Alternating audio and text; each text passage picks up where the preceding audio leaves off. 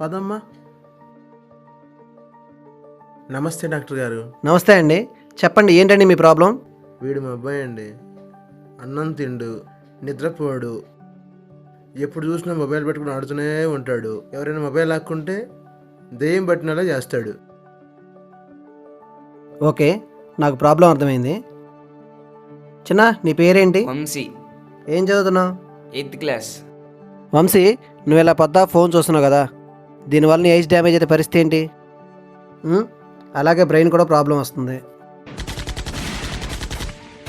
వంశీ, నేను ఇక్కడ మాట్లాడుతున్నా కదా, నువ్వేంటి ఫోన్ చూస్తున్నావు? Listen to me. I'm sorry, మీ ఇద్దరు మాట్లాడుకోండి, నేను గేమ్ ఆడుకుంటా. ఇది డాక్టర్ పరిస్థితి. వీడు ఎప్పటికీ ఇంతేనా? మారడా? వీడిని చూస్తుంటే చాలా భయంగా ఉంది డాక్టర్ గారు. ఇలాంటి కేసులు నేను చాలా రేర్గా చూస్తూ ఉంటాను.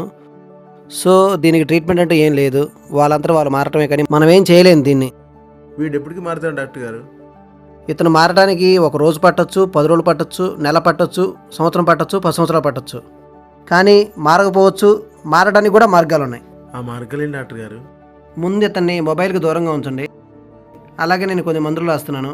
ఈ మందులు ఒక 1 మంత్ పాటు వాడండి. 1 మంత్ తర్వాత ఒకసారి రండి, చెక్ చేద్దాం మళ్ళీ.